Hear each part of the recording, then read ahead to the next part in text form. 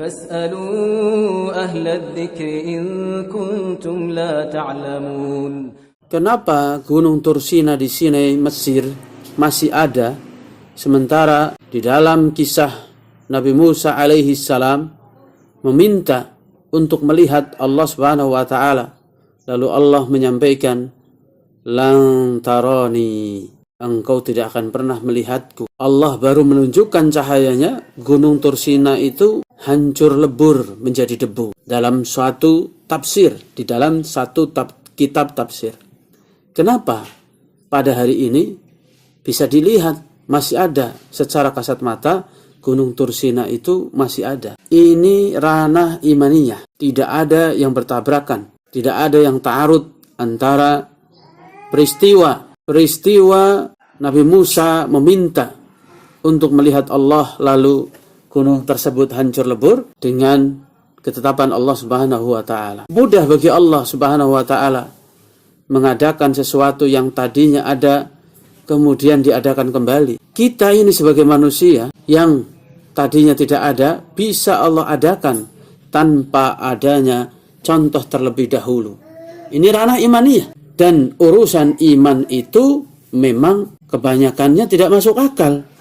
Ketika Isra Mi'raj disebutkan bahwasanya Nabi Shallallahu Alaihi Wasallam dari Masjidil Haram menuju Masjidil Aqsa, kemudian menuju Sidratul Muntaha, itu jelas tidak mungkin secara sains teknologis zaman sekarang. Tidak mungkin. Kita harus mengedepankan imaniyah.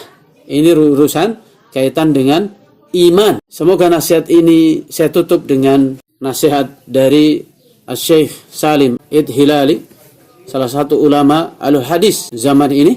Beliau menyebutkan di dalam kitab Manzilatul Aqli, beliau menyampaikan al-aqlus sarihu la yu'arridun naqlas sahih. Akal yang jernih, akal yang sehat tidak pernah akan bertabrakan dengan dalil yang sahih. Sebagaimana sikapnya para sahabat, mereka mengetahui atau tidak, mereka sami'na wa ta'na.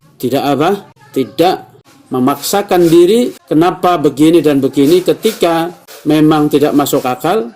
Ya karena akal kita ini kecil, adapun wahyu Allah Subhanahu wa taala itu sangat besar. Sekali lagi, kaum muslimin yang dimuliakan oleh Allah Subhanahu wa taala, ini ranah imaniyah, ranah iman. Tinggal kita imani, sami'na wa ta'na. Intinya ialah sangat mudah bagi Allah Subhanahu wa taala mengadakan sesuatu yang tidak ada, kemudian menjadi ada. Itu saja sangat mudah, apalagi yang tadinya ada kemudian diadakan kembali. Namun tidak ada asar, ya belum saya temukan di kitab-kitab tafsir Ibnu Katsir, As-Sa'di, tafsir As-Sa'di menjelaskan tentang perincian ini. Berarti disuruh kita ini beriman, mengedepankan iman, bukan mengedepankan akal kita.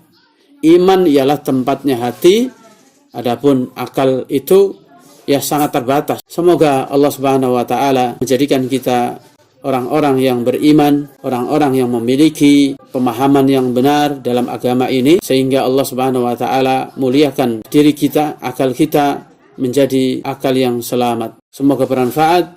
Barakallahu fiikum.